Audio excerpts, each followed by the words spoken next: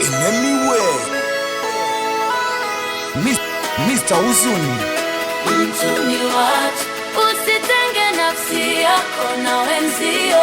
Upendo ndio nguzo inayotushika sote tusianguke. Mtu ni watu, usitenge nafsi yako na wenzio. Upendo ndio nguzo inayotushika sote tusianguke. Tabasamu lako moja linaweza kuokoa roho iliyokata tamaa. Neno lako la faraja ni chakula kwa mwenye njaa ya upendo. Usiishi kama kisiwa katikati ya bahari kubwa. Kuwa sehemu ya bustani inayostawi kwa ushirikiano. Usitenge nafsi yako na wenzio. Upendo ndio nguzo inayotushika sote tusianguke. Mtu ni watu, usitenge nafsi yako na wenzio.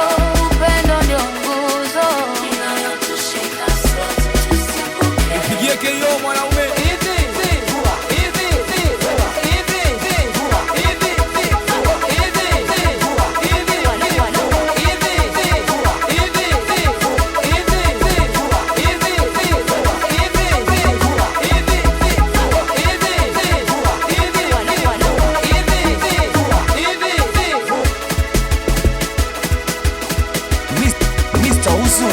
Wakati giza linapoingia na marafiki wa faida wanapotoweka, ni wale uliowatendea mema ndio watakaobaki pembeni yako.